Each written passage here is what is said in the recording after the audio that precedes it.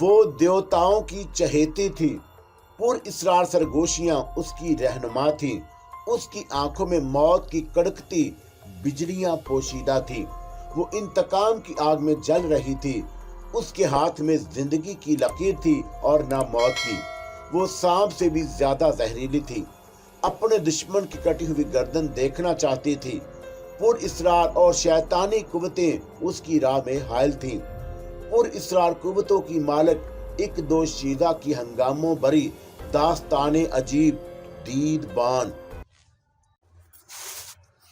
شنکر دادا چونک کر مڑا اور میری طرف دیکھا۔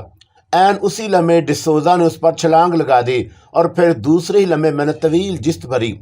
ادھر ڈسوزا نے شنکر دادا کے سینے میں چاقو اتارنے کے لیے اپنا دایاں ہاتھ بلند کیا۔ ادھر میں نے شنکر دادا کو دھکا دے کر گرا دیا اور میرے لیے اس کے سوا کوئی اور صورت ممکن نہیں تھی کہ شنکر دادا کو ڈسوزا کے قاتلانہ حملے سے بچا سکتی۔ ڈسوزا اپنے زور میں آگے کی طرف جھکا اور میں نے اچھل کر اس کے گھٹنے پر ٹھوکر ماری اور وہ چیختا ہوا اوندے زمین پر آ رہا اور چاقو اب بھی اسی کے ہاتھ میں تھا، اور پھر میں نے اس نے اٹھنے کا موقع نہیں دیا اور میرے دانت اس کی بائیں کلائی میں گڑ گئے اور اس نے پہلو بدل کر دائیں ہاتھ میں موجود چاقو سے میری گردن پر وار کرنا چاہا، مگر میں نے اس کی کلائی چھوڑ دی اور اچھل کر کھڑی ہو گئی۔ مجھے علم تھا کہ اب وہ صرف چند لمحوں کا مہمان ہے اور میں نے اپنا زہر اس کے جسم میں اتار دیا تھا۔ اس عرصے میں شنکر دادا بھی اٹھ کر کھڑا ہو گیا اور میری نظر ڈسوزا پر جمی ہوئی تھی۔ اس نے کوہنیوں کے بل زمین سے اٹھنے کی کوشش کی، مگر اس کا جسم کانپنے لگا اور وہ فرش پر ڈھیر ہو گیا اور گرتے ہی اس کا جسم تڑپا اور پھر ایک دم ساکت ہو گیا۔ یقیناً وہ سفر آخرت پر روانہ ہو چکا تھا۔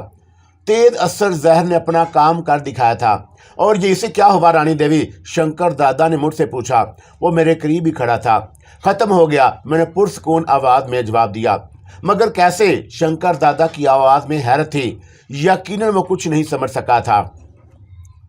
ڈسوزا کی موت کے بعد وہاں چمپا کے موجود رہنے کا کوئی جواز نہیں تھا اور یہ خطرناک بات تھی، اور میں نے اسی لیے شنکر دادا کے سوال کو یکسر نظر انداز کرتے ہوئے کہا، دادا یہاں کسی بھی لمحے پولیس پہنچ سکتی ہے، اس لیے جس جلد ممکن ہو ڈسوزا کی لاش یہاں سے ہٹوا دو، اور موجودہ حالات میں یہ ضروری نہیں کہ لاش کو CID آفس کے سامنے ہی پھینکا جائے، اس علاقے کے سوا کہیں بھی لاش پھینکوا دو، جلدی کرو، اور یہاں سے قریبی آبادی بالی گنج ہی ہے دیوی، لاش وہی پھینکوا دیتے ہیں اور لیک کے قریب۔ شنکر دادا نے اپنی رائے ظاہر کر دی۔ ٹھیک ہے، مگر دیر نہ کرو، اور میں فوراً ہی آمادہ ہو گئی کیونکہ ایک ایک لمحہ قیمتی تھا۔ پھر سب کچھ بہت تیزی سے ہوا اور ڈسوزا کی لاش کو ایک بڑی سی چادر میں باندھ کر شنکر دادا کے آدمی وہاں سے لے گئے، اور اس دوران ارشاد حسین اور خود میں نے اپنے اپنے چہروں پر ماسک چڑھا لیے۔ چند منٹ کے اندر اندر کوٹھی بالکل خالی کر دی گئی۔ زہریلی شراب میں نے باتھ روم میں جا کر بہا دی اور خالی بوتل بھی وہاں نہیں چھوڑی۔ خالی بوتل میں شنکر دادا کے ایک آدمی کو یہ کہہ کر دے دی تھی کہ باہر جا کر پھینک دے، اور جس کمرے میں ڈسوزا کو رکھا گیا تھا وہاں کوئی بھی ایسی شے نہیں رہنے دی گئی جو مشتبہ قرار دی جا سکتی، اور شنکر دادا کی جیپ اس کے آدمی ڈسوزا کی لاش ٹھکانے لگا کر لے گئے، اور اس لیے ہم تینوں یعنی میں، ارشاد حسین اور شنکر دادا پیدل ہی وہاں سے اڈے کی طرف چل دیے۔ کوٹھی سے روانہ ہونے کے بعد ابھی ہم کچھ ہی دور چلے ہوں گے کہ پولیس کی 2 جیپوں کو تیزی کے ساتھ مخالف سمت سے آتے دیکھا، اور ہم تینوں تیزی کے ساتھ بائیں جانب کے گلی میں گھس گئے۔ چند ہی لمحوں کے بعد دونوں جیپیں آندھی طوفان کی طرح گلی کے سامنے سے گزر گئیں، اور ان کا رخ اسی کوٹھی کی طرف تھا جہاں سے ہم آ رہے تھے، اور ہم دوبارہ اس گلی سے باہر نکل آئے اور کوٹھی کی طرف دیکھا۔ دونوں جیپیں اسی کوٹھی کے سامنے پہنچ کر رک گئیں، اور اب یہ تصدیق ہو گئی تھی کہ پولیس اسی کوٹھی کو چھاپا مارنے آئی ہے، اور ہم پھر شنکر دادا کے اڈے کی طرف چل دیے۔ مجھے اس کوٹھی پر پولیس کے چھاپا مارنے کی خبر کیسے ہو گئی؟ اور مجھ سے شنکر دادا نے تو خیر یہ سوال نہیں کیا، لیکن مگر ارشاد حسین خاموش نہ رہ سکا، اس کی زبان پر یہ سوال آ ہی گیا۔ بس مجھے ایسا محسوس ہو رہا تھا کہ کوئی بات نہیں، اور میں نے ارشاد حسین کے سوال کا جواب دیا۔ آپ کو متوقع واقعے کا علم پہلے سے کس طرح ہو جاتا ہے؟ ارشاد حسین نے پوچھا، اور پھر وہ اپنے ساتھ چلتے ہوئے شنکر دادا سے مخاطب ہوا۔ کیوں شنکر دادا، یہ دوسرا موقع ہے نا کہ انہوں نے قبل از وقت بتا دیا کہ چھاپا مارنے والے آ رہے ہیں۔ जी हाँ, शंकर दादा ने इकरार में सर हिलाया। इसे महज इत्तफाक ही कहा जा सकता है, या आप मेरी इसे छठी हिस्स कह लें। लेकिन उसकी मौत कैसे वाक़या हुई, ये बात अभी तक समझ में नहीं आई। अरशाद हुसैन ने मेरी तरफ सवालिया नज़रों से देखा। ये तो मुझे नहीं मालूम, लेकिन पोस्टमार्टम की रिपोर्ट में इसकी मौत का जो सबब यह बयान किया जाएगा वो मैं ज़रूर बता सकती हूँ। वो किस तरह? अरशाद हुसैन ने चौंक कर दरियाफ़त किया। क्यों और किस तरह का जवाब तो मैं नहीं दे सकती, मगर पोस्टमार्टम की रिपोर्ट यही होगी कि इसकी मौत किसी जहरीले जहर की वजह से हुई। जहर की वजह से? मगर ऐसा तो नहीं हुआ। उसने तो शराब पीने तक से इनकार कर दिया था, हालांकि शराब कतई जहरीली नहीं थी, और उसी बोतल में से तो शंकर दादा भी शराब पी चुके थे। और मालूम नहीं क्यों वो शराब पीते पीते एकदम रुक कर बड़बड़ाने लगा था, और फिर उसने शराब को जहर आलूद बताकर पीने से इनकार कर दिया। हाँ, एक बात ज़रूर हैरान कुन है कि तंजीम के फैसला का इल्म उसे कैसे हो गया। अरशाद हुसैन के चेहरे से उलझन का अजहार होने लगा। यही कहा जा सकता है कि उसने मेरी बात पर यकीन ना किया, और भला भला क्या हो सकता है। और मैं बोली, मगर उसके रवैये में अचानक तब्दीली आना हैरत अंगेज था। मैं और अरशाद हुसैन शंकर दादा के अड्डे तक डसूदा ही के बारे में गुफ्तगू करते रहे, और शंकर दादा ने अपनी आदत के मुताबिक हमारी गुफ्तगू में मदाखलत नहीं की, और फिर हम उसी कमरे में आ बैठे थे जहाँ से उठ कर गए थे, और शंकर दादा ने चाय मंगवा ली। और फिर दिल ही दिल में एक फैसला करने के बाद मैं चाय पीते ही वहाँ से उठ खड़ी हुई। मैं अब चलूँगी शंकर दादा। मुमकिन है कुछ अरसे के लिए मुझे कलकत्ते से बाहर जाना पड़े, सो ज़ाहिर है कि मुलाकात नहीं हो सकेगी। देवी, आपने कल भी खिदमत का मौका नहीं दिया और आप भी चली गई, तो आज रात तो फिर कभी सही दादा। मैंने उसकी बात काट दी और फिर अरशाद हुसैन की तरफ मुड़कर बोली, चलिए। वो भी मेरे साथ ही उठकर खड़ा हो गया और मुझे और अरशाद हुसैन को छोड़ने के लिए शंकर दादा बाहर तक आया, और रुखसत करने से कबल उसने मेरे पैर छुए, और उसी वक्त शंकर दादा की जीप कोठी के गेट पर आकर रुकी, और उसी जीप में से शंकर दादा के आदमी डिसूजा की लाश बालीगंज ले गए थे। वहां से चलते वक्त मुझे ये इत्मीनान भी हो गया कि अब वो लाश को ठिकाने लगा आए हैं। जीप आने के बाद शंकर दादा ने कहा, हम जहां कहें वहीं हमें पहुंचा देंगे, मगर मैंने इनकार कर दिया। शंकर दादा से रुखसत होकर मैं और अरशाद हुसैन पैदल ही ट्राम डिपो की तरफ बढ़ने लगे। और फिर मैं अरशाद हुसैन से मुखातब होकर बोली कि आज रात मैं किसी ऐसी जगह गुजारना चाहती हूँ जहाँ मेरे सिवा कोई और ना हो, और धान खेती वाले मकान का ख्याल मुझे इसीलिए आया है। मगर आप कहते हैं कि तो क्या हुआ, आपके लिए मटिया बर्ज में ही दूसरे मकान का बंदोबस्त हो सकता है, आप चलें। और अगर ये मुमकिन है तो फिर मुझे कोई एतराज़ नहीं, मगर पहले आपको मेरे साथ चांदनी तोक तक चलना होगा और वहाँ से मटिया बर्ज चलेंगी। ठीक है, अरशाद हुसैन राज़ी हो गया। और इस वक्त रात के 8 बजने वाले थे जब मैं राजा उस्ताद के घर पहुंची। हुमायूं और राजा उस्ताद यूं भी अभी धंधे से नहीं लौटे थे, और सबीहा ने मुझे बहुत रोका कि खाना खा कर जाऊँ, मगर मैं नहीं रुकी, और शहजाद को मैंने बता दिया था कि आइंदा रोज़ सुबह 10-11 बजे तक आ जाऊंगी। और अरशाद हुसैन को वो राम डिप्पूवाल के मेकअप में पहले भी मेरे पास आते जाते देख चुका था। मटिया बर्ज में बत्ती कल का इलाका अपर मिडिल क्लास आबादी पर मुश्तमिल था, और अरशाद हुसैन की सकूनत भी उसी इलाके में थी, और वो मुझे वहीं एक छोटे से मकान में ले आया, और वहाँ मैंने 9 नौजवानों को देखा। उनमें से एक को तो मैं पहचानती थी, वो अनिल चौधरी था, और ये वही हिंदू नौजवान था जिसका ताक़ब करती हुई मैं पहली बार मटिया बर्ज आई थी, और उसके बारे में मेरा ये अंदाज़ा था कि वो भी सरफरोश तंजीम का रुकन है, मगर मैंने अरशाद हुसैन से तस्दीक ज़रूरी नहीं समझी। तुम दोनों आज रात बड़ी इमाम बारगाह वाले मकान में चले जाओ, अरशाद हुसैन ने उनसे कहा। मगर चौधरी, तुम ज़रा ठहरो, मेरे घर से खाना ले आओ। और फिर मुझे अरशाद हुसैन ने बताया कि मेरा घर भी यहाँ से ज़्यादा दूर नहीं, और वहाँ से अरशाद हुसैन का घर करीब होना मेरे नज़दीक कोई मुनासिब बात नहीं थी। और जब वो दोनों नौजवान वहाँ से चले गए तो मैंने अरशाद हुसैन से कहा, क्या इस मकान के अलावा कहीं और आज रात गुजारने का बंदोबस्त नहीं हो सकता? यूँ तो गरीब खाना भी हाजिर है, मगर आपने शर्त ही ऐसी लगा दी कि मैं ये दरख्वास्त नहीं कर सकता। वो मुस्कुरा कर बोला, वैसे क्या ये पूछ सकता हूँ कि आप तनहा क्यों रहना चाहती हैं? कोई ख़ास वजह है इसकी? और मुझे तवक्का थी कि अरशाद हुसैन ये सवाल ज़रूर करेगा, और ज़हनी तौर पर मैं उसके लिए पहले से ही तैयार थी, इसलिए फ़ौरन जवाब में बोली, ख़तरात हमेशा मेरे साथ चलते हैं, और मैं नहीं चाहती कि मेरी वजह से कोई भी खतरे में पड़ जाए। इसी सबब तो मैं इस मकान में रहने से गुरेज कर रही हूँ, क्योंकि आपका घर यहाँ से करीब है, और मैं आपसे जितनी दूर भी रहूँ बेहतर है। और ये आपका वहम भी हो सकता है मामला, अरशाद हुसैन ने मुझे समझाना चाहा। फिर भी आप अगर यहाँ मुतमिन नहीं तो उसी धान खेत वाले मकान में बंदोबस्त हो सकता है। वहाँ जो लोग हैं वो एक रात के लिए इस घर में भी आ सकते हैं। अगर ऐसा हो जाए तो बहुत अच्छा है। बहरहाल मैं आपको ये जहमत देने पर माजरत खवा हूँ। मामला आप भी कमाल करती हैं, भला इसमें माजरत की क्या बात। आप खाना खा लीजिए, फिर वहीं चलते हैं। और अनिल चौधरी को अरशाद हुसैन के घर से खाना लेकर आने में ज़्यादा देर नहीं लगी और अरशाद हुसैन ने उसे रोक लिया था। मामला, कभी कभी आप बड़ी अजीब सी बातें करती हैं जो समझ में नहीं आती। उसने पानी का गिलास उठाते हुए कहा, मसलन अभी तक मैं ये नहीं समझ सका कि जब हम लोग डिसोजा को मिलने जा रहे थे तो आपने शराब क्यों मंगवाई और फिर उसमें शंकर दादा को एक पैग पिलाकर शराब में पानी क्यों मिला दिया था। और अरशाद हुसैन ने मुझसे जो सवाल किया था उसका सीधा जवाब ये था कि शराब में जूठा पानी मिलाकर उसे जहर आलूद बनाना चाहती थी। और कुछ बातें बज़ाहिर बेमकसद मालूम होती हैं लेकिन हकीकतन बेमकसद नहीं होती। और अरशाद हुसैन पानी पी चुका तो मैंने जग से अपने लिए गिलास में पानी उंडेला और मैंने पानी पी लिया।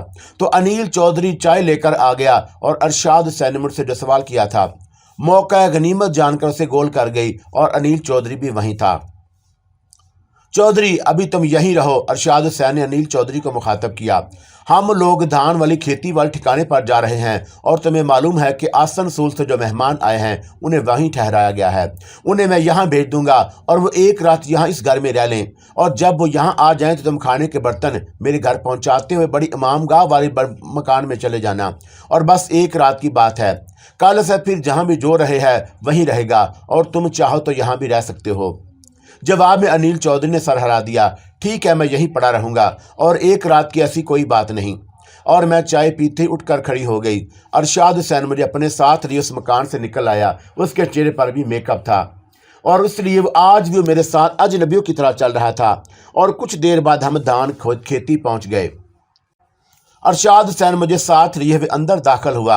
अंदर उजाला था और साड़ी में मलबूस एक नौजवान खूबसूरत औरत हाथ में लालटेन लिए खड़ी थी। और हमारे अंदर दाखिल होते ही लड़की ने दरवाज़ा अंदर से बंद कर दिया और मैंने देखा कि अरशाद हुसैन ने अब अपने चेहरे से मास्क उतार दिया और सहन अबूर करके सामने नजर आने वाले 2 कमरों में से अरशाद हुसैन ने एक कमरे का रुख किया और रोशनी दोनों ही कमरों में से नजर आ रही थी और लड़की हमारे पीछे पीछे आ गई और मकान में उस लड़की समेत 5 अफराद थे।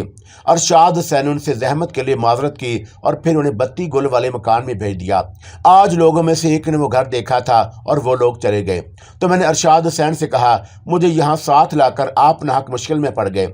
अब इस मुश्किल का एक ही हल है कि आपसे मैं जो कुछ पूछूंगा सही सही बता दें। वो हंसकर बोला, अगर वाकई ऐसा ही है अरशाद तो फिर आप सब्र करें। मैंने हंस का जवाब दिया, इसलिए कि मैं आपको अपने किसी सवाल का जवाब सही नहीं मिलेगा और सब्र ना आए तो फिर तो झूठ पर गुजारा करना पड़ेगा। इसलिए कि मैं जवाब में सच नहीं बोलूँगी और वैसे मुझे मालूम है कि आप पूछना क्या चाहते हैं और मेरे ज़हन में एक नहीं मुतअद्दद सवालात हैं। पहला सवाल तो यही है कि आपकी आंखों से निकलने वाली वो तेज़ रोशनी कैसी थी जिसने 2 पुलिस वालों को जिंदा जलाकर राख के ढेर में तब्दील कर दिया और मैंने उस रोशनी को आप ही की आंखों में वापस जाते और मादूम होते देखा। ये कहकर अरशाद हुसैन मेरी तरफ सवालिया नज़रों से देखने लगा। मैं उसकी तरफ देखकर मुस्कुराई और बोली, मैं इस सवाल का जवाब कैसे दे सकती हूँ। और मैंने अपनी आंखों से रोशनी निकलते महसूस की, ना उसे दोबारा अपनी आंखों में मादूम होते देखा और जो मेरे तजर्बे में नहीं उसके मुतल्लिक मैं क्या कह सकती हूँ। दूसरा सवाल, आपके लहजे से साफ मालूम है कि झूठ बोल रही हैं और वैसे भी आप झूठ गुजारा करने को कुछ कह चुकी हैं। अच्छा, यूँ कीजिए कि आप जिस सवाल का जवाब ना देना चाहें इनकार कर दें कि जवाब नहीं दिया जा सकता। इस तरह आप भी बिला सबब झूठ बोलने से बच जाएंगी और मुझे भी कोफत नहीं होगी। ठीक, मंजूर। और मैंने उसकी तजवीज़ कबूल कर ली। सवाल कीजिए। आपने ये झूठ ही बोला है, ना कि अपनी आंखों से निकलने वाली तेज़ रोशनी के बारे में कुछ मालूम नहीं। और अरशाद हुसैन ने बड़ी जहानत से पहला सवाल किया। जवाब नहीं दिया जा सकता। मैं मुस्कुराकर बोली, अगला सवाल, और रेस में जीतने वाले घोड़े के बारे में आपको किस तरह पहले से इल्म हो गया था। आपके इस सवाल का जवाब देना मुमकिन नहीं। इसका सवाल का जवाब सिर्फ हाँ या नहीं में दीजिए कि आपको कुछ पुरअसरार कुव्वतें हासिल हैं। उसने फिर मुझे घीरा और जवाब देने के लिए अल्फाज की पाबंदी कबूल नहीं। मैंने कहा, वैसे इस सवाल को बुला जाइए और कुछ और पूछिए। अब क्या खाक पूछूं, वो धीरे से हंसा। आप तो जो कुछ बता ही नहीं रही, और क्या खबर भोले से किसी जवाब का चांस मिल ही जाए आपको। मैं भी हंसी। यानी आपने तय कर लिया है कि किसी सवाल का जवाब नहीं देंगी। ऐसा नहीं है, मायूस ना हो। मैं दरअसल इस तरह ये मालूम करना चाहती थी कि मेरे मुतल्लक अरशाद हुसैन अब तक क्या क्या जान चुका है। ला हासिल है, मुझे कुछ नहीं पूछना। वो संजीदा नजर आने लगा। और मैं समझ चुका हूं कि आपको मुझ पर भरोसा नहीं, इसलिए अपने मुतल्लक कुछ भी बताना नहीं चाहती। ये दाव भी नहीं चलेगा। मैं जोर से हंस पड़ी। और मैं ये साबित करने के लिए कि आप पर भरोसा करती हूँ, बेवकूफ़ बनने पर हरगिज़ आमादा नहीं। अच्छा, ये बताने में तो कोई मजाका नहीं कि दिल्ली कब जा रही हैं। शुक्र है अरशाद कि आपने कोई ऐसा सवाल तो किया जिसका जवाब दिया जा सकता है। और इरादा तो कल ही रवानगी का है, क्योंकि डिसूजा का किस्सा निमट चुका है। हाँ, ये तो बता ही दे मामला कि डिसूजा अचानक कैसे मर गया। और मैंने आपको इसकी कलाई में दांत गाड़ते देखा था, उसके बाद वो नहीं उठ सका। अरशाद हुसैन से मैं ये सुनकर चौंक उठी, और इससे पहले मुझे मालूम नहीं था कि उसने मुझे डिसूजा के जिस्म में जहर उतारते देख लिया होगा। और मैंने सोचा कि इस बात का ताल्लुक मेरे अंदर मौजूद पुरअसरार कुव्वतों से नहीं, और ये मेरी ज़ात का एक ऐसा राज था, और जिससे अगर मैं अरशाद हुसैन को आगाह भी कर देती तो उससे कोई फर्क ना पड़ता। और इस तरह अरशाद हुसैन को उसके कई सवालों का जवाब मिल सकता था, और यूं वो मेरी तरफ से मायूस भी ना होता कि मैं उसे कुछ बताना ही नहीं चाहती। डिसोजा की मौत एक खतरनाक और तेज असर जहर से हुई थी, और वो जहर मैंने ही उसके जिस्म में दाखिल किया था। मैंने पुरसकून आवाज में बता दिया। मगर कब और कैसे? अरशाद हुसैन हैरत से बोला। सुने अरशाद, मैं आज आपको अपने वजूद के एक राज से आगाह कर रही हूँ, और उसके बाद आपको कई सवालों के जवाब मिल जाएंगे। ये कहकर मैंने तवील सांस लिया।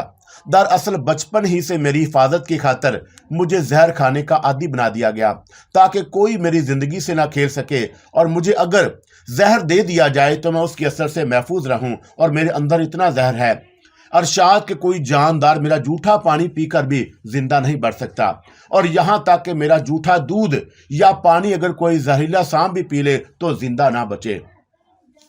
मेरी बात सुनकर अरशाद हुसैन ने मुझे नाकाबिल यकीन सी नजरों से देखा, और उसके चेहरे से यह भी ज़ाहिर हो रहा था कि जैसे वो कुछ सोच रहा है। आपको मेरी बात पर यकीन नहीं आया ना, और मैं इसीलिए ये बात पर करने से गुरेज कर रही थी। ऐसी बात नहीं मामला। उसने ठंडा सांस भरा। मैं दरअसल एक और बात पर गौर कर रहा था कि वो ये वाकई आप कोई अहम शख्सियत हैं। आपने ये नतीजा कैसे अखज़ किया? मैंने चौंक कर पूछा। जिन लोगों का ताल्लुक बरसरे इक़्तिदार तबके से होता है, अमूमन वही अपनी औलाद के तहफ़्फ़ुज़ की खातिर इस तरह के तरीके इस्तेमाल करते हैं, क्योंकि उन्हें अपने दुश्मनों की तरफ से खतरा लाहक होता है। और यकीनी तौर पर बिला खौफ तरदीद अब यह बात की जा सकती है कि आपका ताल्लुक भी किसी रियासत के बरसरे इक़्तिदार तबके से है, और उसी को मद्देनजर रखते हुए मैंने आपको अहम शख्सियत करार दिया। इन हालात में अंग्रेज हुकूमत आपकी तरफ से मुतजस्सिस होना भी समझ में आता है, और मुझे नहीं मालूम कि वो रियासत या इलाका कहाँ है, लेकिन इतना अंदाज़ा ज़रूर कर सकता हूँ कि वो रियासत कहीं शुमाल में होगी। अरशाद हुसैन ने अपनी बात की वजाहत कर दी, और उसके अंदाजे हैरत अंगेज तौर पर दुरुस्त थे। शुमाल ही क्यों? मैंने सवाल किया। ये बात आपकी गोरी रंगत और चेहरे के खदोखाल देकर कही है मैंने, और आपका ताल्लुक जनूबी हिंदुस्तान या बंगाल और हैदराबाद दक्कन से होता तो रंग इतना उजला और निखरा ना होता। बहरहाल मैं आपका ममनून हूँ मामला कि कम अज कम अपनी शख्सियत से एक पर्दा तो उठा ही दिया, और इसी को बुनियाद बनाकर अपने ख्यालों के जो घोड़े दौड़ाना शुरू कर दिए। मैंने हंसकर कहा। लेकिन आप जुबान से इस बात का एतराफ़ करें या ना करें, दिल से ज़रूर तस्लीम करें कि उन घोड़ों की सिमत सफ़र कितनी दुरुस्त है। और उसने मेरी आंखों में देखा। मैं आपके ख्याल की तायद और तरवीद नहीं करूंगी। मैं मुस्कुराई। अब इसकी कोई ऐसी खास जरूरत भी नहीं रही। वो भी मुस्कुरा दिया, और मेरे अंदाजे सही नहीं हो सकते। उसके बाद अरशाद हुसैन मेरे पास मजीद कुछ देर बैठकर उठ खड़ा हुआ, और मैंने दरवाजे तक उसके साथ जाकर अंदर से कुंडी डाल दी।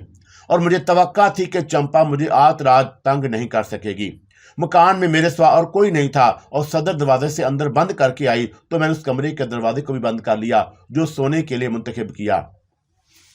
उस कमरे के फर्श पर बराबर बराबर 2 बिस्तर बिछे हुए थे और मैंने कमरे में जलते हुए लैंप की लो धीमी कर दी और एक बिस्तर पर दराज हो गई।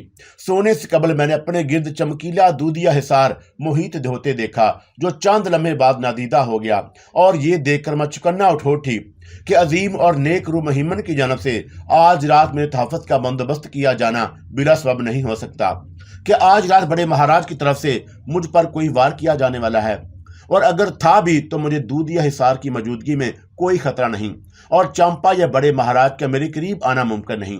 इसी इत्मीनान के सबब जल्दी मेरी पलकें बोझल सी होने लगी और फिर ना जाने कब मेरी आंख लग गई और मेरे ज़हन में किसी अनजाने खतरे का ख्याल मौजूद था। दोम ये कि वो जगह मेरे लिए बहरहाल खतरनाक थी और मैं इसलिए चौकन्ना सोई। शायद यही सबब रहा होगा कि किसी खटके से मेरी आंख खुल गई और मुझे यूं महसूस हुआ जैसे बाहर सेहन में कुछ लोग चल फिर रहे हैं और मैं उनके भारी कदमों की आवाज़ सुन रही थी। घर का सदर दरवाज़ा तो मैंने खुद अपने हाथों से बंद किया, और फिर ये लोग अंदर कैसे आ गए?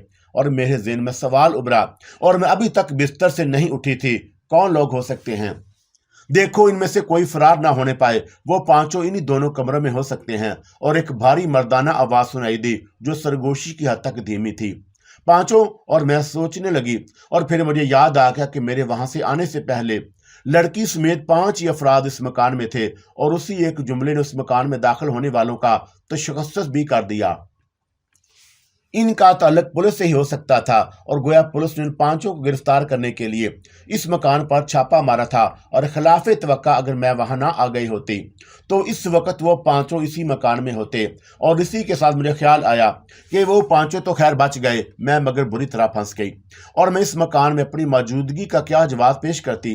पुलिस वालों से मैं ये भी नहीं कह सकती थी कि मुझे अरशाद हुसैन ने वहां ठहराया है, और मुझे ये भी इल्म था कि जिन लोगों को पुलिस ने गिरफ्तार करने की गर्ज से छापा मारा था उनका ताल्लुक की हुकूमत के खिलाफ एक ज़ैर ज़मीन तंजीम से था, और ऐसी सूरत में पुलिस मुझे भी तंजीम से मुतल्लक समझ सकती थी। अचानक मैं उछल पड़ी और फौरी तौर पर मेरी समझ में यह बात ना आ सकी कि इस बंद कमरे के अंदर पुलिस वाले कैसे दाखिल हो गए। सर, लड़की तो इस कमरे में मौजूद है मगर कोई और नहीं। और एक पुलिस वाले ने दाएं जानब मुड़कर बुलंद आवाज में कहा। और फिर जब मेरी निगाह भी दाएं जानब उठी तो ये राज खुला कि इस कमरे और बराबर वाले कमरे के दरमियान एक दरवाजा और था, और वो दोनों मसला पुलिस वाले जो मुझसे कुछ फासले पर खड़े थे यकीनन इस दरवाजे से अंदर आए, और सोने से पहले अगर मैं इस कमरे का जायजा ले लेती तो वह दरवाजा मेरी नजर में आ गया होता। एक पुलिस वाले ने ताक में रखे हुए लैंप की लो ऊंची कर दी और नीम तारीख कमरा पूरी तरह रोशन हो गया। उसी वक्त पहलू के दरवाजे से एक पुलिस इंस्पेक्टर 4 सिपाहियों के साथ कमरे में आ गया, और उसके हाथ में रिवाल्वर था।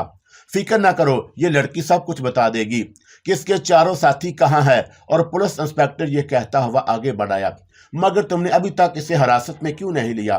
सर, आपके हुक्म का इंतजार कर रहे थे।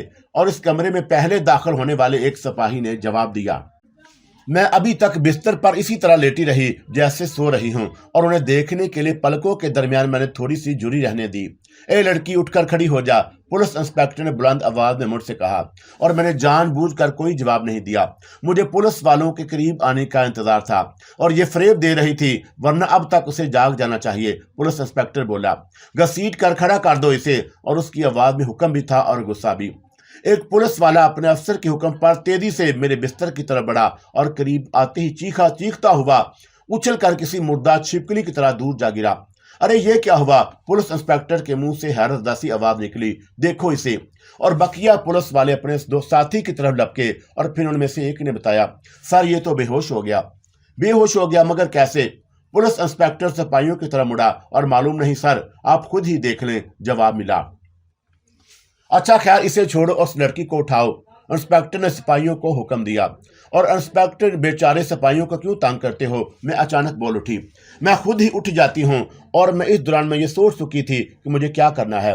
और अपनी बात जारी रखते हुए मैंने दानिस्ता इंस्पेक्टर को गुस्सा दिलाने के लिए कहा, वैसे इंस्पेक्टर, तुम इतने हरामखोर क्यों हो? और तुम्हारे पैरों में क्या मेहंदी लगी है जो तुम सिपाहियों से मुझे उठाने के लिए कह रहे हो? और ये मैं कहते हुए उठ खड़ी हुई। क्या बकती है? जानती है मेरा नाम क्या है? इंस्पेक्टर आग बगोला हो गया। हाँ, मालूम है, तुम्हारा नाम शायद गामड़ खान है। देखा, मैंने तुम्हें कैसे पहचाना। अब अगर तूने एक लफ्ज भी जुबान से निकाला तो गोली मार दूंगा तुझे। जरा थाने चलकर फिर बताऊंगा। اور اس نے ریوالور میری طرح سیدھا کر کے دھمکی دی، تم اور مجھے تھانے لے جاؤ گے؟ یہ کہہ کر میں اس طرح طنزیہ انداز میں ہنسی جیسے اس نے کوئی احمقانہ بات کی ہو۔ اور تم تو کیا، تمہارا باپ بھی مجھے تھانے نہیں لے جا سکتا، تم ہو کس کھیت کی مولی؟ بتاؤں تجھے، یہی بتا دوں کہ میں کون ہوں؟ اور اس کے چہرے پر مجھے خباثت کی پرچھائیاں نظر آنے لگی۔ اور میں ابھی تجھے بتاتا ہوں، یہ کہتے ہی اس نے سپاہیوں کو مخاطب کیا کہ تم لوگ برابر والے کمرے میں چلو، میں آتا ہوں۔ اور کچھ ہی دیر کے بعد اس کی چیخیں سنو گے تم، مگر کمرے میں آنے کی ضرورت نہیں، جاؤ۔ پولیس انسپیکٹر نے ریوالور اپنے ہولسٹر میں رکھ لیا اور پھر مجھے گھورتا ہوا میری طرف بڑھنے لگا۔ سیدھی ہو جاؤ، اور میرے اوپر روب ڈالنے کی خاطر وہ کسی درندے کی طرح گڑایا، اور میں بدستور اپنی جگہ کھڑی مسکراتی رہی۔ اور پھر وہ اتنے قریب آ ہی گیا کہ نادیدہ دودھیا حصار کی زد میں آ کر اس کا بھی وہی حشر ہوا جو سپاہی کا ہو چکا تھا، اور اس کا جسم یوں اچھل کر دور جا پڑا جیسے بجلی کا شدید جھٹکا لگا ہو، اور وہ بھی چیخ مار کر بے ہوش ہو گیا۔ کیا ہوا سر؟ برابر والے کمرے سے کسی سپاہی کی خوف زدہ سی آواز سنائی دی۔ تمہارے سر کو مرگی کا دورہ پڑ گیا ہے اور اسے جوتا سنگانے کی ضرورت ہے، جواب میں نے دیا، اور چلو اندر چل کر دیکھتے ہیں۔ اور ایک اور آواز سنائی دی، یہ کوئی دوسرا سپاہی تھا، لیکن سامنے سر نے کمرہ میں آنے سے منع کیا تھا، اور پہلے سپاہی کی آواز پھر ابھری، ابے یار، وہ لڑکی کی چیخیں سن کر آنے سے منع کیا تھا، یہ تو خود سر کی چیخ تھی، اور معلوم نہیں کیا گزری ہے ان پر، کہیں سر بھی بے ہوش تو نہیں ہو گئے، اور ہمیں چل کر دیکھنا چاہیے۔ اور دوسرے سپاہیوں نے بھی تائید کی، اور پھر چند ہی لمحے بعد وہ سب کمرے میں آ گئے۔ ارے واقعی سر تو ادھر بے ہوش پڑے ہیں، ایک سپاہی نے اس طرح اشارہ کیا جہاں پولیس انسپیکٹر کمرے کے فرش پر بے سدھ پڑا تھا۔ سپاہی اس کے گرد جمع ہو گئے، اور اب مزید وقت ضائع کرنا میرے نزدیک فضول تھا، اور میں اس لیے تیزی سے آگے بڑھ کر سپاہیوں کے قریب پہنچ گئی، اور پھر یکے بعد دیگرے پانچوں چیخیں کمرے میں گونجی، اور سپاہیوں کے جسم اچھل کر دور جا گرے، اور اب اس کمرے میں 6 سپاہی اور ایک پولیس انسپیکٹر بے ہوش پڑا تھا، اور انہیں بے ہوش چھوڑ کر میں کمرے سے باہر نکل آئی۔ صحن میں صبح کا جھٹپٹا پھیلا ہوا تھا، اور اس وقت صبح کے 5:45 بج رہے تھے۔ باہر آ کر میں نے احتیاطاً دونوں کمروں کی کنڈیاں لگا دیں، اور پھر مکان سے صدر دروازے کی طرف قدم بڑھا دیے، اور صدر دروازہ مجھے صحیح سلامت ملا۔ اس کا مطلب یہی تھا کہ پولیس والے صحن کی بائیں دیوار پھاند کر گھر میں کودے تھے، اور دیوار زیادہ اونچی نہیں تھی۔ مکان کی بائیں طرف پتلی سی گلی تھی، اور میری اس خیال کی تصدیق صدر دروازے سے بھی ہو گئی کہ اس کی کنڈی اب بھی اندر سے بند تھی، اور چوروں کی طرح دیوار پھاند کر پولیس والے شاید اس لیے گھر میں داخل ہوئے کہ 5 افراد کو سوتے میں چھانپ لے۔ مکان کا صدر دروازہ کھول کر میں باہر آ گئی، اور دروازہ میں نے آہستہ سے بھیج دیا۔ ارشاد حسین کے ساتھ بتی کل سے یہاں آتے ہوئے راستے کو تو میں نے اپنے ذہن میں محفوظ رکھا، اور موجودہ حالات میں ارشاد حسین کو پولیس کی طرف سے چوکنا کرنا ضروری تھا، اور اسی مکان کو بھی نظر انداز نہیں کیا جا سکتا تھا کہ جب پولیس والوں کو ہوش آتا تو وہ آسن سول سے کلکتے آنے والے 5 افراد کی تلاش میں کہیں اور چھاپا نہ مارتے، اور عظیم مہمن کی طرف سے میرے گرد قائم کیا جانے والا حصار پولیس کے خلاف ایک مؤثر ہتھیار ثابت ہوا، اور میرے گرد حفاظتی حصار نہ ہوتا تو میں یقیناً پولیس کی ہتھے چڑھ جاتی، اور پھر مجھے پولیس انگریز حکومت کے خلاف سرگرم عمل زیر زمین تنظیم کا رکن ہی سمجھتی۔ اور اب میں سمجھ چکی تھی کہ اس حفاظتی حصار کا مقصد مجھے بڑے مہاراجا چمپا کے کسی ممکنہ خطرے سے بچانا نہیں، اور میں گلی کو عبور کر کے ایک سڑک پر آ گئی تو حفاظتی دودھیا حصار ظاہر ہو کر ایک دم غائب ہو گیا۔ اب غالباً اس کی ضرورت نہیں رہی تھی۔ صبح ہو چکی تھی، اور سڑک پر اکا دکا راہگیر اور سواریاں نظر آنے لگی، اور کئی راتوں کے بعد یہ پہلی رات تھی جب میں تقریباً صبح ہونے تک سکون سے سوتی رہی تھی، اور لانتی چمپا نے مجھے تنگ نہیں کیا تھا، اور ممکن ہے اس کی وجہ یہ ہو کہ میں اس مکان میں بالکل اکیلی تھی۔ بتی کل والے مکان تک پہنچنے میں مجھے زیادہ دیر نہیں لگی، اور میں نے دروازے پر دستک دی، اور میری آواز پہچان کر انیل چودھری نے مجھے اندر بلا لیا، اور دروازہ دوبارہ بند کرتے ہی اس نے مجھ سے پوچھا، کیا ہوا، آپ وہاں سے کیوں آ گئی؟ اور اس کے لہجے میں حیرت کا اظہار ہو رہا تھا۔ تم جا کر ارشاد حسین کو بلاؤ، اور میں نے اس کے سوال کو نظر انداز کر دیا۔ وہ تو میں ابھی انہیں بلائے لاتا ہوں، مگر بتائیں تو صحیح کیا بات ہے؟ اور میں نے اسے کم الفاظ میں پولیس کے اس مکان پر چھاپا مارنے کے متعلق بتا دیا، اور ظاہر ہے کہ حفاظتی حصار کا ذکر میں گول کر گئی۔ آپ نے اس پولیس انسپیکٹر اور 6 پولیس والوں کو تنہا بے ہوش کر دیا، انیل چودھری حیرت سے بولا۔ ظاہر ہے کہ ایسا نہ ہوتا تو میں اس وقت पुलिस की हिरासत में होती। और अनिल चौधरी सोच में पड़ गया और फिर कहने लगा, इन हालात में तो ये जगह भी महफूज नहीं रही, और पहले ये लोग इसी मकान में थे और उन्हें यहाँ महफूज ना जानकर ही दान खेती वाले मकान में रखा गया, और अब एक ही महफूज ठिकाना है और मैं उन लोगों को बड़ी इमाम गांव वाले मकान में भेजे देता हूँ। और अभी तक अनिल चौधरी सदर दरवाजे के ही करीब खड़ा हुआ मुझसे बातें कर रहा था और मुझे वहीं ठहरने के लिए कहकर लपकता हुआ अंदर चला गया। और फिर अरशाद हुसैन को आने में ज्यादा देर नहीं लगी। वो मेरे करीब एक मोंडे पर बैठ गया और उससे भी मैंने मुख्तसरन पुलिस के छापे की रुदात सुना दी। और फिर तो उन लोगों को वहां से भी नहीं रहना चाहिए, अरशाद हुसैन फिक्रमंदी लहजे में बोला, और मैंने उन्हें वहां से हटा दिया है, अनिल चौधरी ने बताया। ये तुमने बहुत अच्छा किया चौधरी, अरशाद हुसैन ने उसकी तारीफ की। और उन्हें तुमने बड़ी इमाम गांव वाले मकान में भेजा होगा, लहजा तस्दीक तलब था। जी हाँ, फिलहाल मुझे वहां वही जगह महफूज मालूम हुई और यहाँ के मकान में ताला डाल दिया है। ये चाबी रख लें। अनिल चौधरी ने जेब से चाबी निकाली। चाबी अभी अपने पास ही रखो, और सुनो, तुम हाजी साहब के पास चले जाओ और मुमकिन है पुलिस उनसे किराएदारों के बारे में पूछ गुछ करे, और हाजी साहब से कहना कि अगर उन तक पुलिस पहुंच जाए तो वो कह दें कि गुज़श्ता हफ्ते भर से मकान खाली था और पहले जिस किराएदार के पास मकान था वो एक हफ्ता पहले ही मकान खाली करके जा चुका है और अभी कोई नया किराएदार नहीं मिला। समझ गए ना पूरी बात? अरशाद हुसैन ने अपनी बात खत्म करते हुए सवाल किया। समझ गया जी, अच्छी तरह। अनिल चौधरी खड़ा हो गया। मामला, अब आपका ये मेकअप तो बेकार हो गया। इसमें आपको यहाँ की पुलिस देख चुकी है और मेरे ख्याल से पहले यह बेहतर है कि आपके चेहरे पर नया मेकअप कर दिया जाए और बाकी बातें बाद में होती रहेंगी। अरशाद हुसैन उठकर खड़ा हो गया और उसी कमरे की अलमारी खोलकर अरशाद हुसैन ने एक मेकअप बक्स निकाला और मुझसे नीचे गद्दे पर बैठ जाने को कहा। उसने मेरे चेहरे से पहला मेकअप खत्म किया और नया मेकअप करने लगा, और इसी दौरान में बारिश मुलाजिम एक ट्रे में चाय ले आया। चाय वापस ले जाओ और नाश्ता तैयार करो, अरशाद हुसैन अपने मुलाजिम की तरफ देखे बगैर बोला, और मुलाजिम वापस चला गया। और फिर अरशाद हुसैन ने मेरे मेकअप करने में देर नहीं लगाई और मैंने आईना देखा तो हंस पड़ी। अरे ये आपने मुझे क्या बना दिया? मेरे चेहरे पर किसी 50 साल औरत का मेकअप था और सर पर जो विग थी उसमें सफेद बाल ज्यादा नजर आ रहे थे। ये जरूरी था मामला, अरशाद हुसैन संजीदगी से बोला। इन्हें किसी नौजवान औरत की तलाश होगी, बूढ़ी या उधेड़ उम्र औरत की तरफ वो तवज्जो नहीं करेंगे। और मुझे अब यहाँ रहना कितनी देर है? बस चली गई होंगी अब तक, और आपने नाश्ते को कह दिया है, नाश्ता करके चली जाऊंगी। और हाँ, एक बात तो मैं पूछना भूल ही गया कि कोई पुलिस वाला जख्मी तो नहीं हुआ आपके हाथों? नहीं, मैंने जवाब दिया, और में से किसी को कोई चोट नहीं आई। हैरत है कि इसके बावजूद आपने उन्हें बेहोश कर दिया। आप भी कमाल करती हैं मामला। काश आप हमारी तंजीम के साथ होती। और इससे पहले कि मैं कोई जवाब में कुछ कहती, अरशाद हुसैन का बरेश मुलाजिम नाश्ता लेकर आ गया, और नाश्ते के बाद मैंने अरशाद हुसैन से रुखसती की इजाज़त चाही।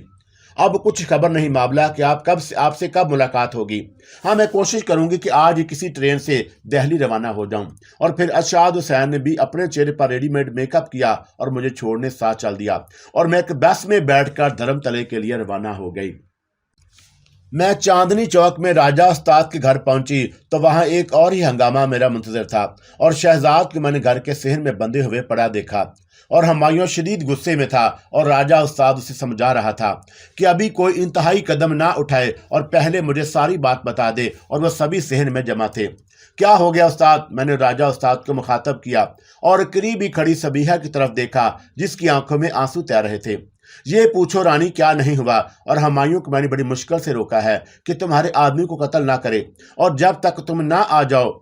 हुआ ये कि रात को सबीहा बैतुल खुला जाने के लिए अपने कमरे से निकली तो तुम्हारा आदमी उसे जबरदस्ती अपने कमरे में घसीट कर ले गया और मुंह पर हाथ रख के, और फिर जब वो सबीहा के साथ मुंह काला कर रहा था तो सबीहा को चीखने का मौका मिल गया, और मेरी आंख भी सबीहा की चीख सुनकर खुल गई, और हुमायूं भी जा गया। और हुमायूं तो उसी वक्त सबीहा और तुम्हारे आदमी दोनों को खत्म करिए दे रहा था, मगर मैंने रोक दिया, और तुम्हारे आदमी ने फरार होने की कोशिश की, मगर मैंने और हुमायूं ने उसे काबू कर लिया और बांध कर सहन में डाल दिया। उसके बाद सबीहा ने सारा वाकया बयान कर दिया, और मैंने हुमायूं को समझाया कि जो कुछ हुआ उसमें सबीहा का कोई कसूर नहीं, वो बेकसूर है। हुमायूं सबीहा की जान बख्शी पर तो आमादा हो गया, मगर तुम्हारे आदमी को कत्ल करने की जिद पर अड़ गया, और ये सुबह होने से कुछ देर पहले का वाकया है। रानी, अब तुम ही कोई फैसला करो कि क्या होना चाहिए। वैसे ये हकीकत है कि सबीहा के साथ बहुत जुल्म हुआ, राजा उस्ताद सारी बात बताकर चुप हो गया। ये सब कुछ सुनकर मैं सन्नाटे में रह गई। शहजाद से मुझे हरगिज ये तवक्का नहीं थी कि वो ऐसी किसी गिरी हुई हरकत का मुर्तकिब हो सकता है। यकीनन ये जलील हरकत लानती चंपा की होगी और चंपा ही ने शहजाद को अपने शहर में ले रखा होगा। मगर मैं ये बात राजा उस्ताद और हुमायूं को किस तरह समझाती, और मैं इसलिए चकरा कर रह गई। इस हरकत से चंपा का मकसद मुझे परेशानी में मुबतला करने के सिवा कुछ और नहीं हो सकता था। और मैंने देखा कि शहजाद के मुंह में कपड़ा ठूंसा हुआ है और वो मेरी तरफ बड़ी रहम तलब नजरों से देख रहा था। और आखिरकार मैंने हुमायूं को मुखातब किया, इसे खोल दो हुमायूं। खोल दिया तो ये भाग जाएगा, पहले बड़ी मुश्किल से इसे बांधा है। हुमायूं बोला, नहीं भागेगा। मैं जोर देकर बोली, इससे भी तो मालूम किया जाए कि इसने ऐसी जलील हरकत क्यों की। और रानी कहती है तो इसे खोल दे हुमायूं। राजा उस्ताद ने भी मेरी तायद की और हुमायूं कहर अदल नजरों से शहजाद को देखता हुआ उसकी तरफ बढ़ा। और मेरे नजदीक हुमायूं का गुस्सा बेजा नहीं था। ये कोई मामूली बात नहीं। शहजाद ने उसकी बीवी को उसके घर में बेआबरू कर दिया। हाथ पैर खुलते ही शहजाद ने अपने मुंह में ठूंसा हुआ कपड़ा निकाल दिया और गैर मुतवक्का तौर पर एकदम उछल कर खड़ा हो गया। तू मुझे कत्ल करेगा? शहजाद ने हुमायूं को घूर देखा। और तेरी बीवी किस गिनती में शुमार है? मैंने तो इसे नहीं छोड़ा। शहजाद ने मेरी तरफ इशारा किया। और उसी ने तो मुझसे कहा था कि मैं तेरी बीवी से अपना पहलू गर्म करूं, इसलिए तो तू और ये। उसने राजा उस्ताद की तरफ हाथ उठाया, और तुम दोनों इसे अपनी हवस का निशाना बना चुके हो। और मेरी महबूबा की इज्जत तुम लूट लो तो कोई बात नहीं, और मैं अगर तुम्हारी बीवी और मेरी कुव्वत बर्दाश्त जवाब दे गई और मेरा उल्टा हाथ शहजाद के मुंह पर पड़ा। तू भी अपने इन आशिकों की हिमायत ले रही है। मैं समझ गया तू इन दोनों पर रीझ गई है। और शहजाद मेरी तरफ देखकर चीखा। मैं समझ गई थी कि शहजाद इस वक्त अपने होश में नहीं, वो चंपा के शहर में गिरफ्तार है। और मुझे इसके बावजूद अपने गुस्से पर काबू पाना मुश्किल हो गया। शहजाद ने मेरे बारे में जो कुछ कहा था उससे मुझे बड़ी जिल्लत महसूस हुई। अब तो मेरी खुशामद भी करेगी और मैं तुझ पर थूकूंगा नहीं। शहजाद ने एक मर्तबा फिर मुझसे मुखातब हुआ, और तू रह अपने इन आशिकों के पास और इनके पहलू गर्म कर। मैं जा रहा हूं और देखता हूं कि मुझे कौन सा माई का लाल जाने से रोकता है। और इधर शहजाद की बात खत्म हुई, उधर हुमायूं उस पर झपट पड़ा, मगर उसे यह सौदा बहुत महंगा पड़ा। शहजाद ने उसे उठाकर किसी बच्चे की तरह दूर फेंक दिया। और फिर राजा उस्ताद ने आगे बढ़कर शहजाद के मुंह पर घूंसा मारना चाहा, मगर शहजाद ने उसकी कलाई पकड़ ली और गिरफ्त इतनी सख्त थी कि शहजाद को अपने बचाव के लिए मजीद कुछ नहीं करना पड़ा। और राजा उस्ताद के मुंह से भी चीख निकल गई। और मैंने राजा उस्ताद को तकलीफ में देखकर शहजाद के दाएं शाने पर खड़ी हथेली मारी, और ज़रब इतनी शदीद थी कि शहजाद ने चीख कर राजा उस्ताद की कलाई छोड़ दी। और राजा उस्ताद जल्दी से पीछे हट गया, और अब मैं शहजाद के मुकाबल थी। तूने मेरी दाश्ता होकर मुझ पर हाथ उठाया। शहजाद मेरी आंखों में आंखें डालकर किसी दरिंदे की तरह गुड़ाया। और फिर इससे पहले कि मुझ पर हमला करता, मेरा निपा तुला हाथ उसकी कंपनी पर पड़ा और वह लहपार कर जमीन पर आ रहा। और मेरे पास इसके सिवा कोई चारा नहीं था कि उसे बेहोश कर देती। लानती चंपा के जहर से उसे इसी तरह निकाला जा सकता था। हुमायूं इस वक्त तक संभल कर उठकर खड़ा हुआ और मैंने उसे भाग कर कमरे में जाते देखा। और जब वो कमरे से निकला तो उसके हाथ में रिवाल्वर था, और मैं समझी कि वो शहजाद को गोली मारना चाहता है। और मगर मैं उस वक्त हैरान रह गई जब मैंने रिवाल्वर की नाल अपनी तरफ उठी देखी। मुझे मालूम नहीं था रानी कि तूने अपना एक और आशिक भी पाल रखा है, और इधर तू मुझे और उस्ताद को उल्लू बना रही थी, उधर उसके साथ ऐश कर रही थी। रंडी तुझसे लाख दर्जे बेहतर होगी कि वह पैसे लेकर तेरी तरह कमीनगी पर तो नहीं उतरती, और तूने अपने आशिक से मेरी बीवी को बेआबरू कराया। असल कसूरवार तू है, और पहले मैं तुझे गोली मारूंगा और फिर तेरे आशिक को कत्ल करूंगा। और अब मैं अच्छी तरह समझ चुका हूं कि तू कितनी बड़ी हरामजादी है। हुमायूं के अल्फाज मेरी समात में पिघले हुए शीशे की तरह उतर गए, और शहजाद के बाद अब कमीनी चंपा ने हुमायूं को अपने शहर में ले लिया था और अब मुझे जलील कर रही थी। और मैंने इसलिए अपने गुस्से पर काबू पाते हुए राजा उस्ताद को मुखातब किया। उस्ताद, तुम देख रहे हो कि हुमायूं हद से गुजर रहा है। अब तो हर बात से पर्दा उठ गया है रानी। खिलाफ तवक्का राजा उस्ताद के लहजे से भी अजनबियत का आधार होने लगा। जो जैसा बोता है वैसा काटता है। और तूने अपने आदमी को इसके घर में बुलाकर हुमायूं की बीवी को बेआबरू कराया, और तुझे इसकी सजा तो भुगतना ही पड़ेगी। और मैं इस सिलसिले में तेरी कोई मदद नहीं कर सकता। तो गया राजा उस्ताद भी चंपा के शहर में है। मैंने सोचा, और दूसरी लम्हे जिस्त भरकर हुमायूं की कलाई थाम ली, और एक ही झटके में उसके हाथ से रिवाल्वर नीचे गिर गया। और फिर मैंने उसे मोहलत नहीं दी, और मैंने उसकी कंपनी भी सहला दी। अपने हाथ ऊपर उठा ले रानी, वरना फूंक दूंगा तुझे। और अपनी पुश्त पर मुझे रिवाल्वर की नाल का दबाव महसूस हुआ और मुझे ये हुक्म देने वाला राजा उस्ताद था। चंपा मुझे हर तरफ से जिच करने पर लगी हुई थी। पहले शहजाद, फिर हुमायूं, और अब उसने राजा उस्ताद को अपने शहर में ले लिया। और रिवाल्वर नीचे गिरते ही राजा उस्ताद ने उठा लिया था। और इस वक्त मेरे लिए ये मुमकिन था कि ठोकर मार के रिवाल्वर दूर फेंक देती, लेकिन राजा उस्ताद की तरफ से मुझे कोई खतरा नहीं था, इसीलिए रिवाल्वर उठा लेने दिया। और राजा उस्ताद चंपा के दायरे असर मुझे कोई भी नुकसान पहुंचा सकता था, और मैंने इसीलिए उसके कहने पर दोनों हाथ उठा दिए। रानी, ये बम्बई नहीं कलकत्ता है, और यहाँ का राजा मैं हूँ। और तेरी ये मजाल कि तूने मेरे ही सामने हुमायूं को ढेर कर दिया, वो गुड़ाया। और मेरी बात तो सुनो उस्ताद। मैंने आहिस्ता से मुड़ने की कोशिश की। मुड़ने की जरूरत नहीं, राजा उस्ताद चीखा। मैं तेरे साथ कोई रियायत नहीं करूंगा। और मैंने मुड़ते मुड़ते रुक गई, और उसी वक्त मुझे ख्याल आया कि कुछ भी सही, चंपा मुझे हलाक नहीं होने देगी, और बड़े महाराज की इजाजत के बगैर वो ये कदम नहीं उठा सकती। और बड़े महाराज के बारे में मुझे पूरा यकीन था कि वो अभी मेरी मौत नहीं चाहता। उसी ख्याल के तहत हर खतरे को पसे पुष्ट डालकर मैं तेजी से मुड़ी और राजा के उस्ताद से रिवाल्वर छीन लिया। राजा उस्ताद, अब तुम अपने दोनों हाथ उठाकर अपने कमरे में चलो, मैंने उसे हुक्म दिया, और मेरी आवाज में सख्ती थी। ये तुम्हें क्या हो गया रानी? राजा उस्ताद का लहजा बदल गया और बिल्कुल यूं लगा जैसे सोते सोते अचानक उसकी आंख खुल गई हो। और मेरे अंदाजे के मुताबिक राजा उस्ताद अब चंपा के सैर से आज़ाद हो गया था। और मैंने रिवाल्वर अपने हैंड पर्स में रख लिया, और दोबारा उस रिवाल्वर देकर मैं कोई खतरा मुंह लेने के हक में नहीं थी। और मैंने राजा उस्ताद को मुखातब किया, इन दोनों को होश में लाने की कोशिश करो उस्ताद। और राजा उस्ताद ने करीब ही खड़ी हुई सबीहा से एक गिलास पानी लाने को कहा, और सबीहा पानी ले आई तो राजा उस्ताद हुमायूं और शहजाद के मुंह पर पानी के छींटे मारने लगा। कुछ ही देर में हुमायूं और शहजाद को होश आ गया, और वो दोनों जमीन से उठकर खाली खाली नजरों से इधर उधर देखने लगे। अब कैसे हो तुम दोनों? और मैंने शहजाद को मुखातब किया। आप कब आई खातून? शहजाद ने हैरान सा होकर सवाल किया। जल्दी से तैयार हो जाओ, हमें अभी यहाँ से चलना है, मैं शहजाद से बोली। और फिर राजा उस्ताद की तरफ देखा। उस्ताद, 1,00,000 रुपए में से 15,000 रुपये तुम लिस्टें से ले चुकी हूँ, और बकिया रकम मुझे दे दो। लेकिन तुम जहाँ कहाँ रही हो? मैंने तुम्हें बताया तो था उस्ताद कि कुछ अरसे के लिए मुझे कलकत्ते से बाहर जाना है। तो क्या आज और अभी जाना है तुम्हें?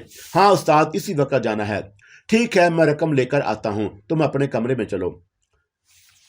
और मैं शहजाद को लिए हुए उसी कमरे में आ गई जहां मेरे दोनों सूट केस रखे थे। और कमरे में आकर मैंने शहजाद से पूछा, रात को क्या हुआ था? कुछ भी नहीं खातून। तो फिर तुम शहर में बंधे क्यों पड़े थे? मेरे लहजे में चुभन थी। मैं बंधा पड़ा था? कब? शहजाद हैरत से कहने लगा। उसे कुछ भी याद नहीं था, और मेरे चेहरे पर जो मेकअप था वो मुझे गिरां गुजर रहा था। मैं सहन से कमरे में आई तो राजा उस्ताद रकम लेकर आ गया, और वो रकम मैंने सूट केस में रख दी। वो पूरे 85,000 रुपये थे, और मेरे पास इसके अलावा मजीद 5,000 रुपये पर्स में भी मौजूद थे। और राजा उस्ताद ने भी अपने इशारों के नाम में गुजरे वाक़े के मुतल्लिक़ पूछा, मगर वो भी कतई अनजान बन गया। और रात को क्या हुआ था वो हैरान होकर कहने लगा। मुझसे सबीहा ने कुछ भी नहीं कहा, मैं बुलाता हूँ उसे। और फिर राजा उस्ताद सबीहा को आवाज़ देने लगा, और मैंने दानिस्ता ऐसा करने से उसे नहीं रोका, और मैं ये देखना चाहती थी कि उसे भी कुछ याद है या नहीं। सबीहा आ गई और बोली, हाँ पापा, क्या बात है? रात को क्या तुम्हारी आंख खुली थी? राजा उस्ताद ने सबीहा से पूछा। रात को नहीं, बल्कि सुबह के वक्त, सुबह दिन निकले से पहले, मैंने वजाहत की। नहीं तो मैं तो 8 बजे जागी थी, और इस वक्त तक दिन निकल आया था। क्यों, क्या बात हो गई? कुछ नहीं, बस ऐसे ही पूछ रही थी। तुम जाओ और मेरे लिए अच्छी सी चाय बना लाओ, अभी लाई। ये कहकर वो चली गई। और मैंने सोचा कि वहां से मुझे स्टेशन तक तो ही जाना है, इसलिए चेहरे पर किसी नए मेकअप की जरूरत नहीं। और अब ये जानकर मेरे दिल को इत्मीनान हो गया कि वक्ती तौर पर चंपा ने सभी को एक फरेब में मुब्तला कर दिया था, और वह शर्मनाक वाकया सिरे से रूनुमा ही नहीं हुआ। यानी शहजाद ने सबीहा को बेआबरू नहीं किया, और उस फरेब की आड़ में लानती चंपा मुझे एहसास जिल्लत का शिकार करना चाहती थी, और इसमें वो कामयाब रही। चंपा की तरफ से एक अंदेशा मुझे यह भी था कि कहीं वो मेरे साथ दिल्ली न चली जाए। अलबत्ता ये मैं सोचकर किसी कदर मुतमईन थी कि बड़े महाराज को छोड़कर मेरा ताक़ुब नहीं कर सकती, और चंपा जैसी शैतानी कुव्वतों की मालिक के लिए ये मालूम कर लेना कोई मुश्किल नहीं था कि मैं कलकत्ते से कहाँ जा रही हूँ। और फिर मैंने टैक्सी ली और स्टेशन के लिए रवाना हो गई। बड़े इंतजार के बाद ये दिन आया था कि मैं कलकत्ते से दिल्ली के लिए रवाना होने वाली थी और बज़ाहिर कोई ऐसी बात नहीं थी कि मेरे प्रोग्राम में कोई रुकावट पड़ने का खतरा होता। उसके बावजूद ना जाने क्यों मुझे कुछ बेचैनी सी महसूस हुई और बेचैनी की वजह पर मैंने बहुत गौर किया, मगर कोई वजह समझ में ना आई और मैंने इस ख्याल को ही ज़हन से झटक दिया। टैक्सी को चांदनी चौक से रवाना हुए ज़्यादा देर नहीं हुई थी कि अचानक मुझे महसूस हुआ कि ड्राइवर के बराबर वाले नशिस्त खाली नहीं, वहां कोई बैठा हुआ है। और मैंने आगे की तरफ झुक कर देखा तो एकदम उछल पड़ी।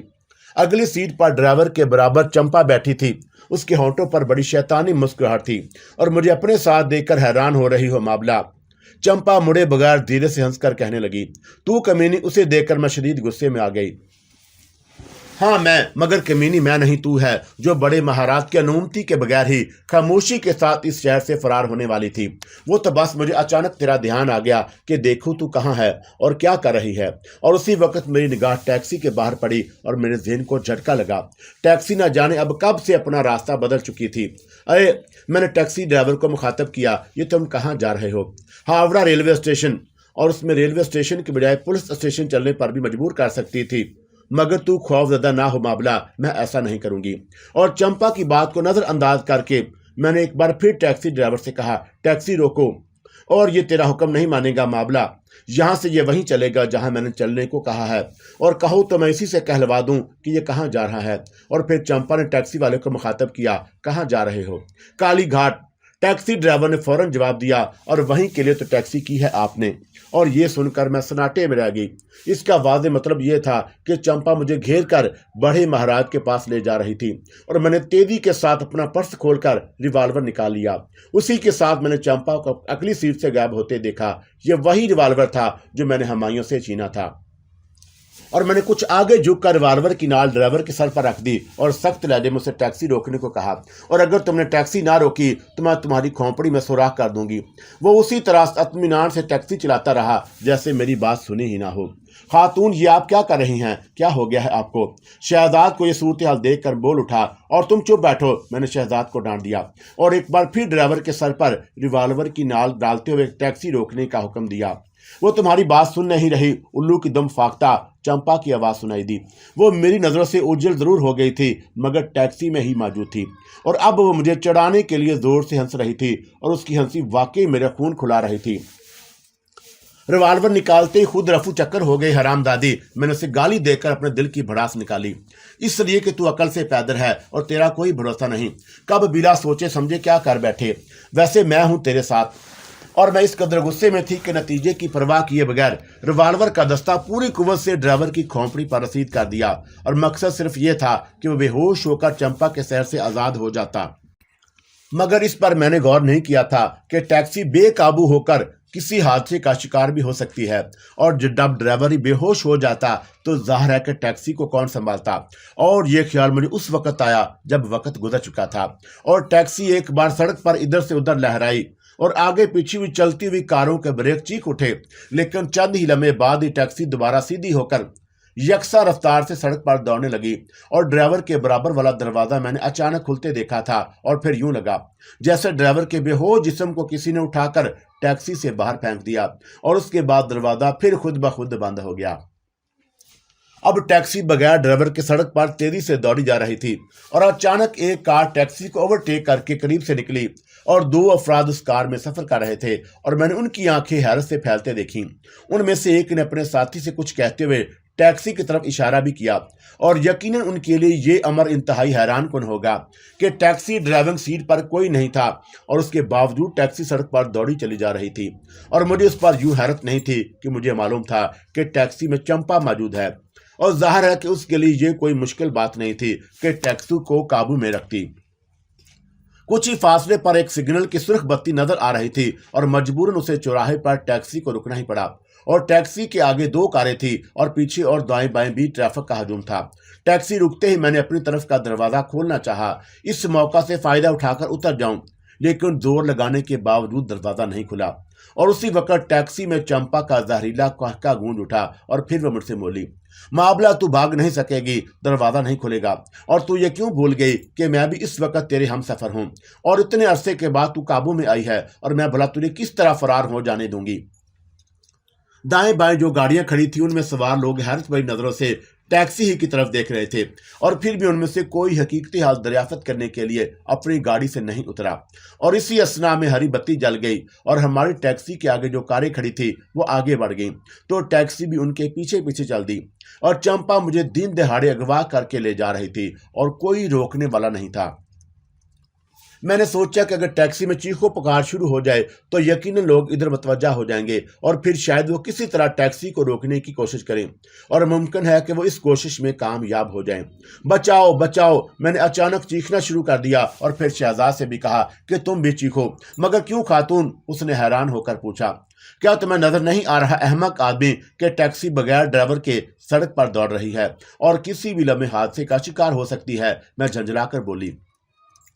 अरे हाँ, ये तो है। शहजाद आगे की तरफ झुककर डरी डरी सी आवाज में बोला।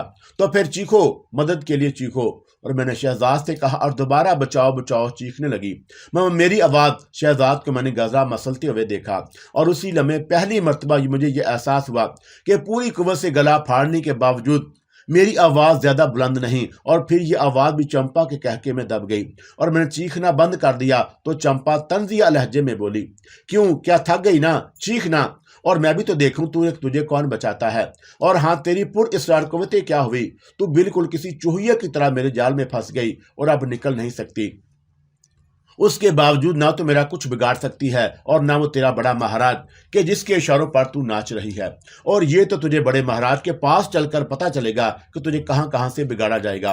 और मैंने बड़े महाराज को मशवरा दिया है कि वो तेरी मर्जी और आमादगी को भूल जाएं, और एक मर्तबा उन्होंने तुझे फतेह कर लिया तो फिर तेरा सारा गुरूर खाक में मिल जाएगा और फिर तू खुद ही किसी बोलाई हुई कुतिया की तरह उनके पीछे दुम हलाती फिरेगी। चुप हो जा जलील औरत, मैं चीख उठी और फिर मेरे मुंह में जो भी आया कहने लगी। और मैं चंपा और बड़े महाराज दोनों को बुरा भला कह रही थी। बड़ी गुस्ताख हो रही है और मैं तेरी बोलती ही बंद किए देती हूँ। चंपा की गसीली आवाज सुनाई दी और दूसरे लम्हे मुझ पर अपना सर घूमता हुआ महसूस हुआ और फिर मेरा जहन तारीकी में डूबता चला गया।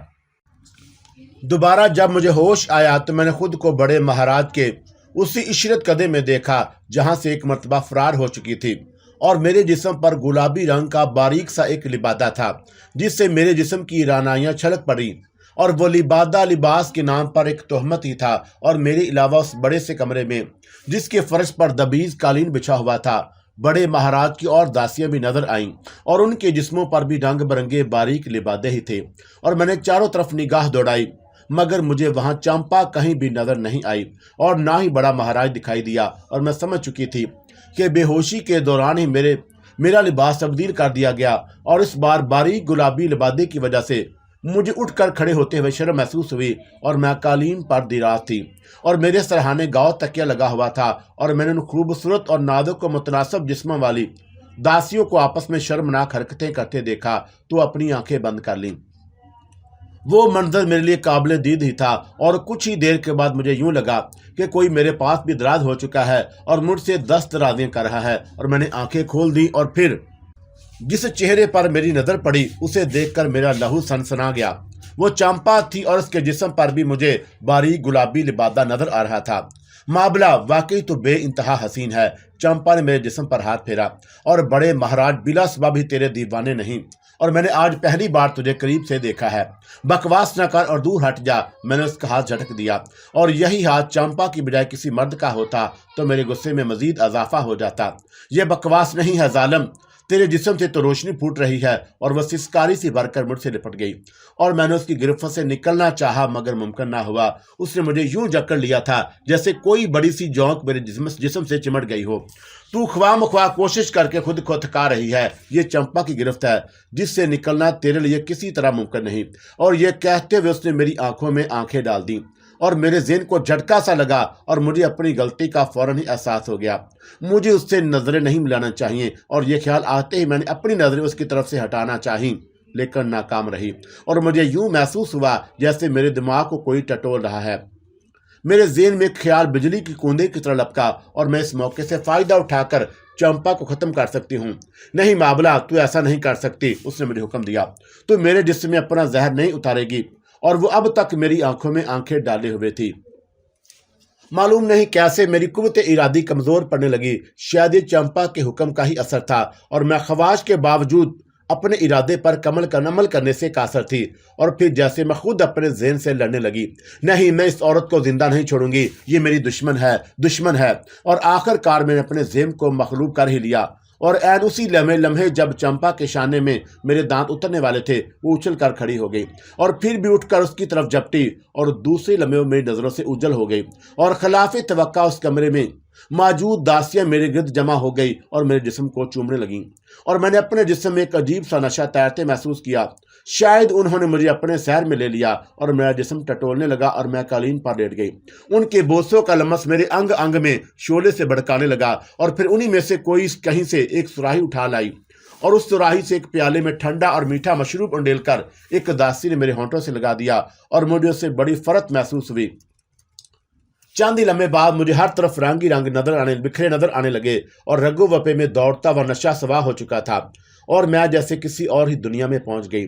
मुझ पर अजीब सी बेखुदी तारी थी और ये लज्जत और सरशारी की दुनिया थी। और यहाँ मैं तन्हा नहीं थी, वो दासियां भी मेरे साथ थीं और उनके लमस की हरारतों को मैं अपने रूह में उतरता महसूस कर रही थी। और फिर मालूम नहीं कब और कैसे मेरे ज़हन में ये ख्याल उभरा, ये सब कुछ गलत हो रहा है और मुझे गुनाह की दलदल में घसीटा जा रहा है। नहीं, मैं एकदम चीख उठी और फिर उन दासियों को धक्का देकर दूर हटाने लगी जो मेरे जज़्बू बदन बनी हुई थीं और वह सभी सहम कर पीछे हट गईं।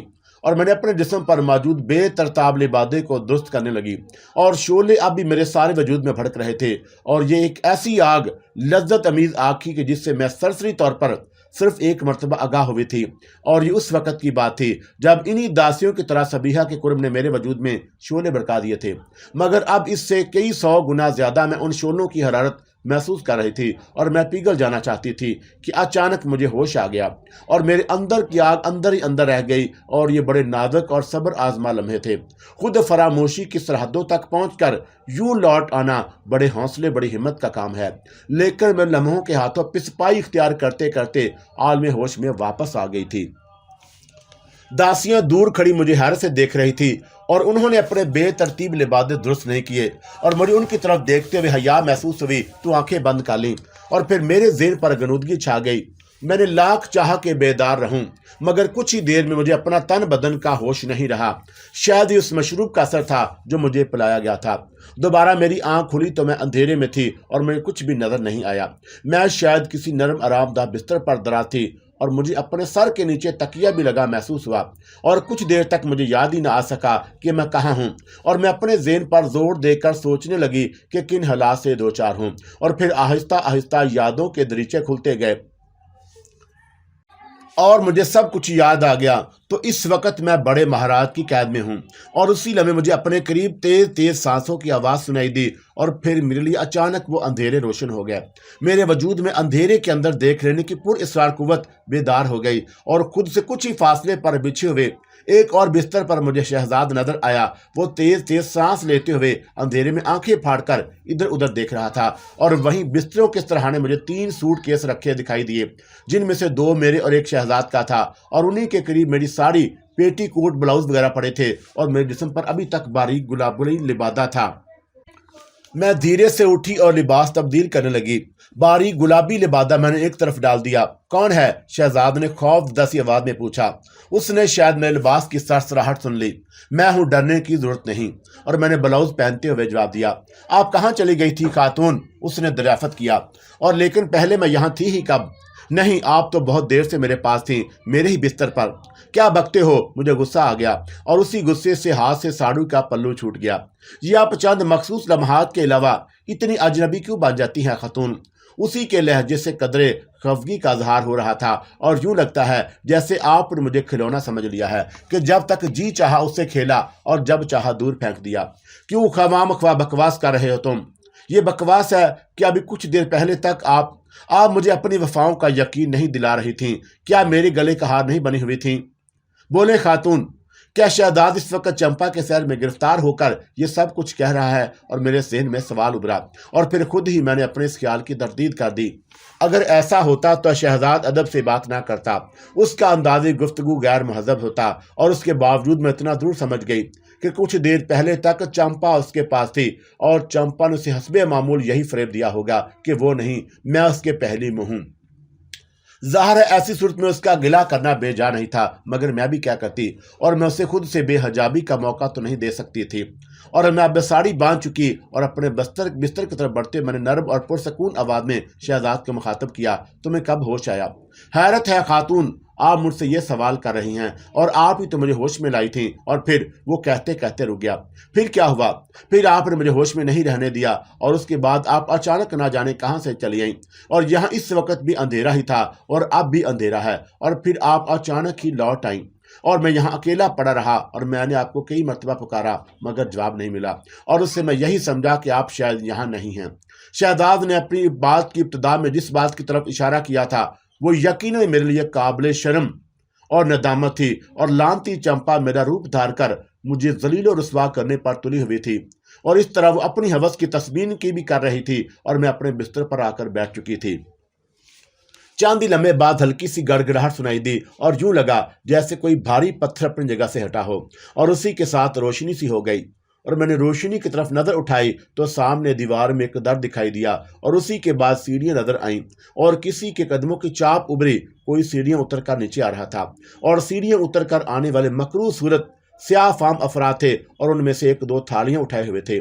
دوسرے شخص کے ہاتھ میں مٹی کی سراہی اور مٹی ہی کے 2 پیالے تھے، اور بغل میں چمڑے کا کوڑا دبا ہوا تھا، اور ان کے سر گھٹے ہوئے تھے، اور لمبی چوٹیاں گردنوں پر پڑی ہوئی تھیں، ماتھوں پر کشکے تھے، اور پیروں میں کھڑاؤں، اور سیڑھیوں کی طرف سے اتنا اجالا آ رہا تھا کہ ان دونوں کو بخوبی دیکھا جا سکتا تھا۔ وہ دونوں میرے اور شہزاد کے لیے کھانا لے کر آئے تھے، اور انہوں نے میرے سامنے ایک تھالی رکھ دی، اور دونوں بستروں کے درمیان جو خالی جگہ تھی وہاں سراہی اور پیالے رکھنے کے بعد وہ سیڑھیوں کے قریب جا کر خاموش کھڑے ہو گئے۔ Come and fly away with me. Come and fly away with me. Come and fly